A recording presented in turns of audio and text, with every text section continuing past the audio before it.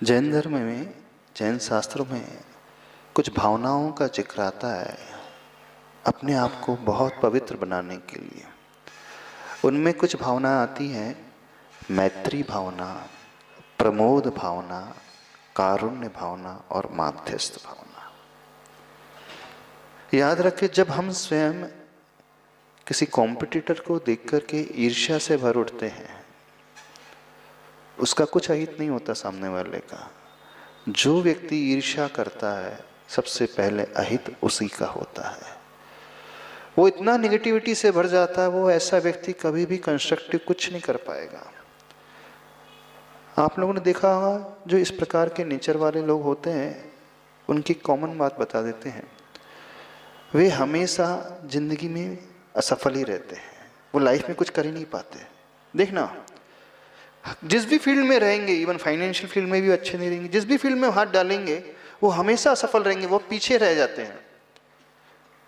हमने तो बहुतों को देखा है जिनका इस प्रकार का नेचर होता है, ईर्ष्या करते हैं, किसी की बुराई करते हैं, वे कभी आगे नहीं बढ़ पाते लाइफ में। ऐसा क्यों होता है? जानते हैं उसके पीछे कारण क्या है? जब हमारे मन में ईर्ष्या का भाव पैदा होता है तो हम अपनी सारी एनर्जी, सारे एफर्ट्स जो हैं उससे लड़ने में लगा देते हैं, उसे नीचे दिखाने में लगा लेते हैं।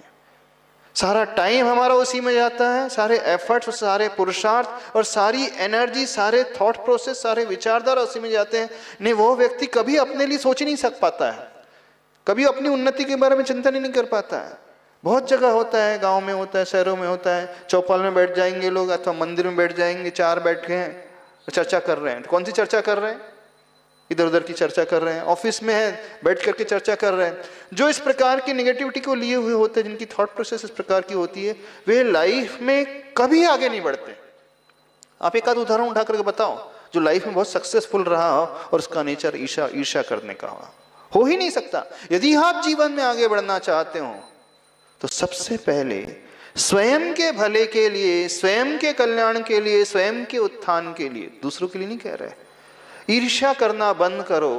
इस कारण भगवान महावीर ने कहा है मैत्री भावना अपने भीतर लेकर के आए। जो मैत्री भावना अपने भीतर लेकर के आ जाता है वो बहुत आगे बढ़ता चला जाता है। प्रमोद भाव अपने भीतर लेकर के आ जाता है, अपने से अधिक गुणी को देख करके।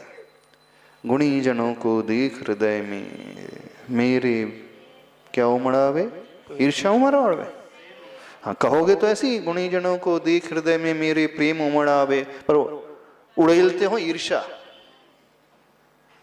बिल्कुल ऊपर उठने का सबसे अच्छा सरल मंत्र है प्रमोद भावना। कुछ नहीं करना, बस अपने से अधिक कैपेबल को देखो और उसकी प्रशंसा करना शुरू करो, अनुमोदना करो।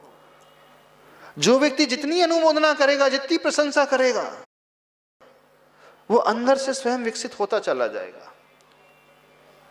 भक्ति इसीलिए की जाती है, भक्ति के पीछे प्रमोद भावना भरी हुई है। हम अपने प्रभु को, गुरु को, इष्ट को देख करके समर्पित हो जाते हैं। क्यों? क्योंकि उनके गुणों से प्रभावित हुए हम। उनके भीतर इतने सारे गुण हैं, उन गुण को देख करके हमारे मन में भी वह उत्साह का भाव पैदा हो जाता है। तो भक्ति से व्यक्ति बहुत ऊपर उठता है।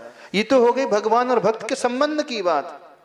लेकिन लौकिक क्षेत्र में भी जो आपसे अधिक कैपेबल है, गुणों का भंडार है, बहुत अच्छा सक्सेसफुल कार्य कर रहा है, तो उससे देख करके जलना बिल्कुल बंद कर दो, बल्कि उसकी प्रशंसा करो। आप अमीर भी बनना चाहते हो तो अपने से अधिक अमीर को देख करके कुड़ना बंद कर दो, अंदर से प्रशंसा का भाव लेके आओगे तो आप भी बढ़ते चले जाओगे। और नहीं है तो जहां हो उससे और नीचे आ जाओगे। अभी तो आपका किराए का मकान है, फिर झोपड़ी भी नहीं रहेगी। बिल्कुल सत्य फैक्ट है ये। उनका नेचर इसी प्रकार का होता जाता है, क्योंकि वो सारा टाइम अब उसी में जा रहा है और कहीं नहीं जाता उनका। वो कभी अपने बारे में सोच ही नहीं पाते, दूसरों को गिराने के बारे में सोचते रहते हैं।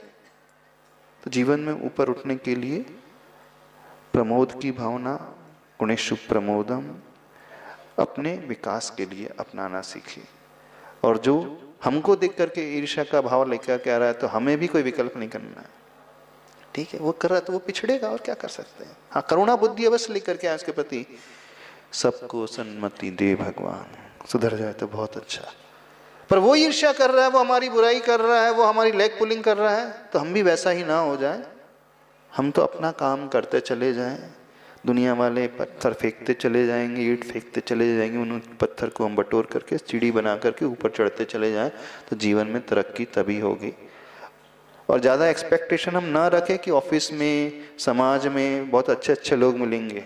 नियम है संसार का, पापियों की संख्या हमेशा से अधिक रही और रहेगी, ईर्ष्या करने वालों की संख्या अधिक है और रहेगी।